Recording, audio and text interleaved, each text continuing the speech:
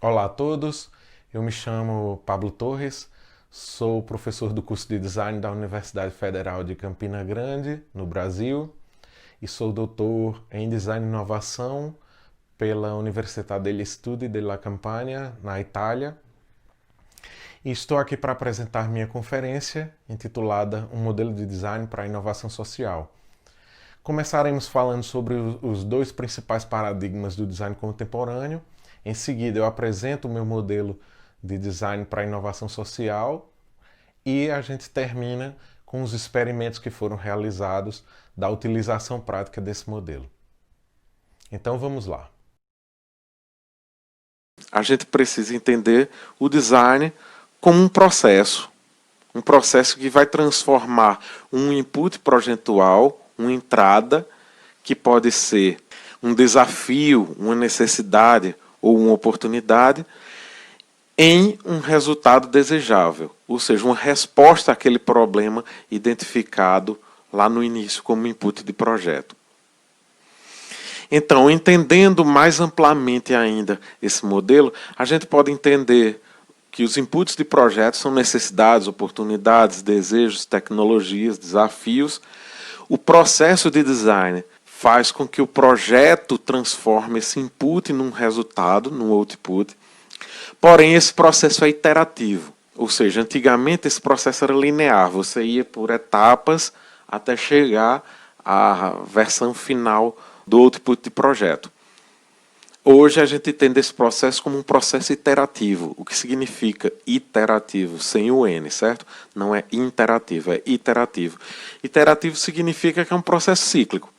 Ou seja, você pode avançar, mas depois pode retornar a etapas anteriores, andar mais uma vez e retornar quando necessário. Enfim, o processo torna-se muito mais flexível e dinâmico.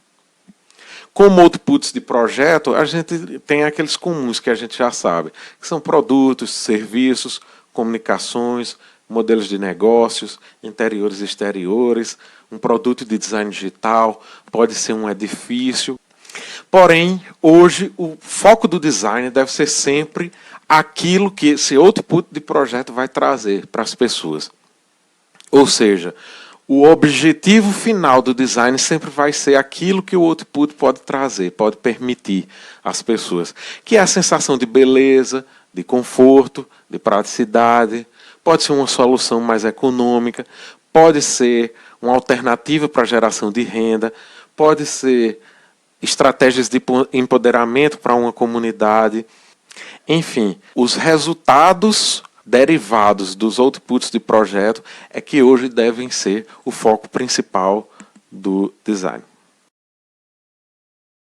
A fim de compreender o design contemporâneo, precisamos enxergar o design atual sob dois paradigmas. O primeiro deles é onde as habilidades de design podem ser aplicadas.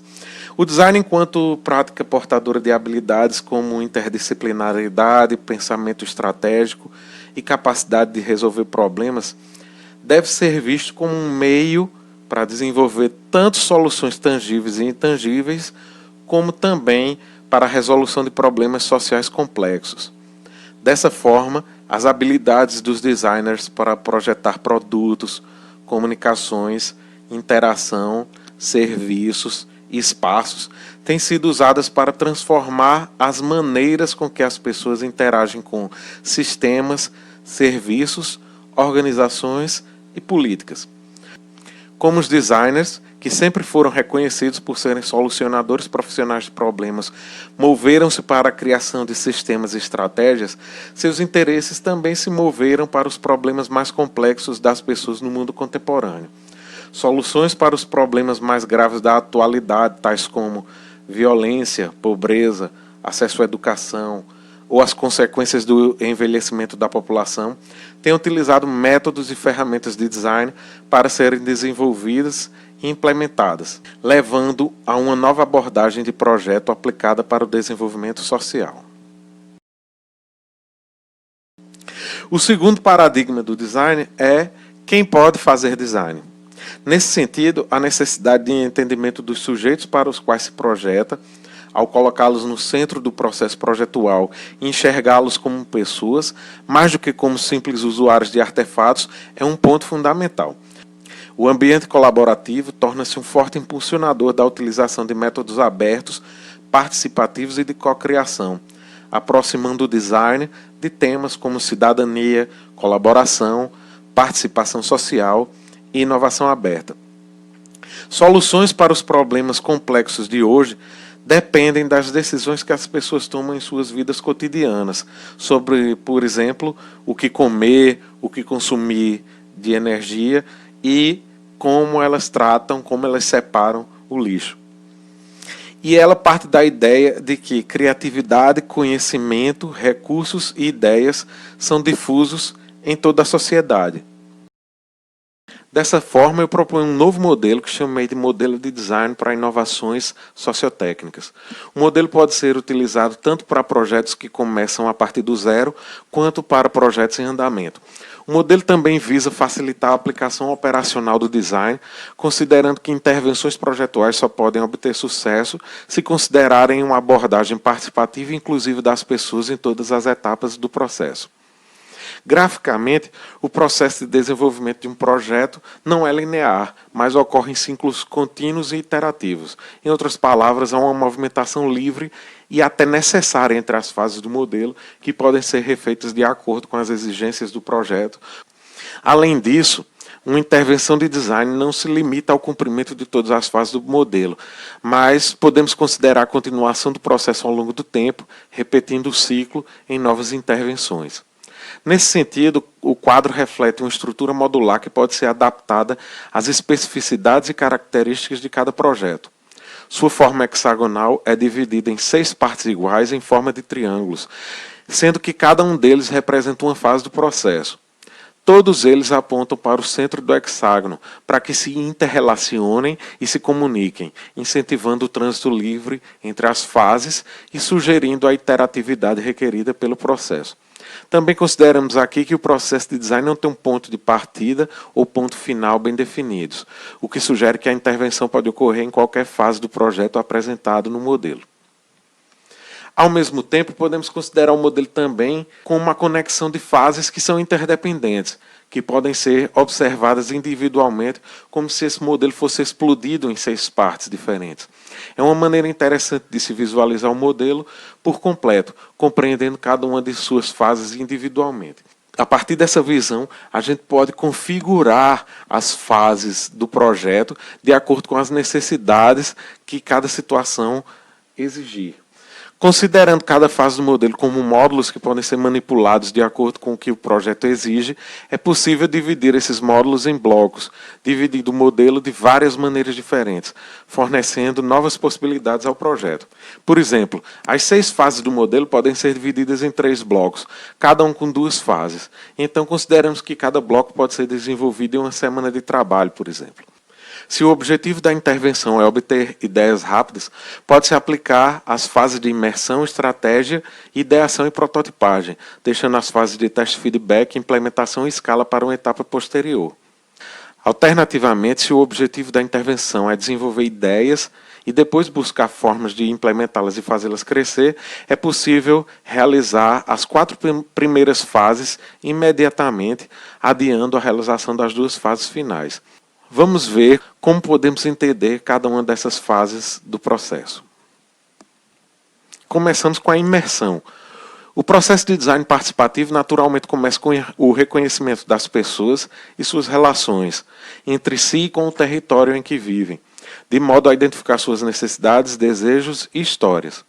No início do processo de inovação, é especialmente importante conhecer o que será projetado. É hora de observar as pessoas e seu comportamento no contexto de suas vidas, interagir e entrevistá-las e experimentar o que elas experimentam. Em outras palavras, envolver as pessoas em seus próprios contextos para compreendê-las em um nível profundo. Na fase de estratégia, é hora de descompactar as informações obtidas e sintetizar os resultados da imersão em necessidades e insights convincentes, a fim de se definir um desafio de design específico e significativo. as informações coletadas são transformadas em oportunidades, definindo as direções a serem tomadas e os desafios a serem enfrentados e resolvidos pela intervenção projetual. Compreender um desafio significativo para abordar as ideias a serem enfrentadas pelo trabalho de design são fundamentais para criar soluções bem-sucedidas. A ideação é o período de transição entre identificar problemas e explorar soluções. É hora de elaborar conceitos, testar o que funciona e descartar o que não está bom. Esse processo de tentativa e erro ajuda os designers e não designers a melhorar e aprimorar suas ideias. Também é comum modificar e misturar ideias, o que leva a outras ideias ainda mais novas. O verdadeiro desafio aqui é como detectar aquelas ideias que têm maior potencial, como desenvolvê-las e como trazê-las à vida. Afinal, não sabemos se uma ideia funciona até tentarmos torná-la real. A prototipagem significa tirar ideias da cabeça e colocá-las no mundo tangível. Sobre isso, um protótipo pode ser qualquer coisa que simule o estado real de alguma ideia. Pode ser notas de post-it, uma atividade de teatro simulando situações reais, um espaço, um objeto, uma interface, um desenho, um croquis, um modelo de baixa fidelidade ou até mesmo um storyboard. As ideias geradas e transformadas em protótipos são levadas para ambientes de aplicação real para que possam ser testadas, avaliadas e criticadas por potenciais clientes. O teste é a chance de obter feedback, aprimorar soluções para torná-las melhores e continuar a aprender sobre os membros da comunidade. É um passo iterativo em que artefatos de baixa resolução são colocados no contexto apropriado da vida das pessoas. Esses artefatos de baixa resolução podem ser entendidos também como MVP, o Minimum Viable Product, produto mínimo viável, que é uma linguagem bem conhecida nas startups. Testes e experiências são projetados para obter feedback de pessoas de modo a melhorar e desenvolver as soluções até que alcancem o nível ideal para a implementação. Depois de desenvolver ideias até que tenham aceitabilidade, é hora de torná-las reais e levá-las às pessoas. Aqui o projeto resultante é finalizado, produzido e lançado, e então feedbacks sobre a solução devem ser coletados. Trata-se de descobrir como obter a ideia final no mercado e como maximizar seu impacto no mundo. É um movimento para materializar as soluções do sistema desenvolvido, para que não permaneçam simplesmente no campo das ideias e dos pensamentos, mas que de fato ganhem vida e ajudem a melhorar a vida das pessoas. Assim, essa fase é fundamental para os processos de design, porque apenas implementando o sistema projetado pode-se considerar que as soluções se tornam inovações viáveis. Ou seja, aqui nós chegamos ao segundo item do conceito de inovação. As ideias não podem ficar apenas no campo das ideias ou do projeto, mas elas devem ser implementadas. E por último, a gente tem a escala. Quanto maiores as metas e intenções de um projeto, mais alto pode ser o impacto das inovações na vida das pessoas. Dessa forma, boas soluções devem ser propagadas em escalas capazes de afetar positivamente a vida de um número maior de pessoas, tornando a inovação acessível a todos. É precisamente sobre esse ponto que se trata a fase de escala. Depois de implementada, a inovação pode ser capaz de se expandir, passando do nível comunitário para uma solução de maior alcance. Nessa fase, o impacto do sistema de inovação é avaliado e quantificado, e em seguida são estabelecidas novas estratégias de crescimento e dimensionamento. É importante considerar a criação de capacidades e modelos financeiros que garantam que as inovações sejam bem implementadas e possam ser sustentadas no longo prazo. De modo a verificar a aplicação prática do modelo de design para inovação sociotécnica, eu projetei um workshop que foi aplicado na Itália, durante o período que eu estava no doutorado, e no Brasil, quando retornei. Devido às restrições de tempo, o desafio foi projetar uma oficina que durasse apenas um dia de trabalho. Ou seja, ela tinha que ser uma atividade experimental e que fosse baseada na estrutura do modelo de design para inovação sociotécnica. O objetivo do workshop era identificar o co-design como uma abordagem inovadora por meio da aplicação de métodos e ferramentas de forma prática por meio de um experimento científico. Por meio de um processo simplificado de design, o workshop teve como objetivo lançar um desafio comum e, por meio de métodos e ferramentas aplicados no contexto dos participantes, obter ideias de sistemas de design. Para isso, o workshop foi projetado considerando apenas as fases de imersão, estratégia, ideação e prototipagem do modelo de design para a inovação sociotécnica, sendo dividido na seguinte estrutura básica. Uma fase de introdução, com a apresentação pessoal do facilitador e de todos os participantes. As fases de imersão, estratégia e criatividade, que se basearam no modelo. E o estágio final de reflexão e compartilhamento, com análises sobre as experiências dos participantes e a apresentação final dos resultados da oficina. Assim, as fases de teste, feedback, implementação e escala não foram realizadas devido ao curto espaço de tempo para a realização do projeto e do workshop. Definiram-se também os métodos e as ferramentas a serem utilizados no workshop, cujas escolhas foram feitas com base principalmente no desafio de se realizar um trabalho complexo com um projeto em apenas um dia.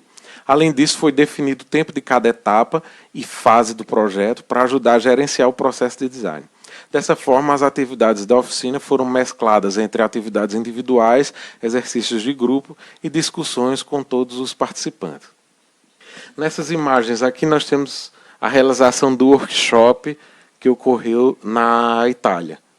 Na parte da manhã, os participantes ficaram responsáveis pela fase de imersão e estratégia. E no período da tarde, eles realizaram a etapa de ideação e prototipagem. O desafio de design proposto foi pensar em soluções para a mobilidade urbana, visto que a região de Nápoles, o trânsito é caótico. Então os designers foram estimulados a pensar em soluções que melhorassem as experiências de mobilidade naquela região. No final do workshop, cada grupo apresentou os resultados do seu projeto, que variaram desde veículos cinéticos, aplicativos de informação entre transportes públicos e as pessoas, aplicativos de carona e meios de transporte público, até uma ideia muito interessante que foi o bilhete suspenso, inspirado na tradição napolitana de tomar um café e deixar um pago para alguém que não pudesse comprar o café. O bilhete teria a mesma função, seria algo que podia ser comprado por um usuário e ele deixaria um pago para aquele que não pudesse comprar, né, os bilhetes do transporte público. Esse workshop também foi realizado aqui no Brasil, na UFCG, dentro da mesma temática. O processo de projeto e o tempo e a temática foram todas as mesmas, ou seja, foi tudo replicado.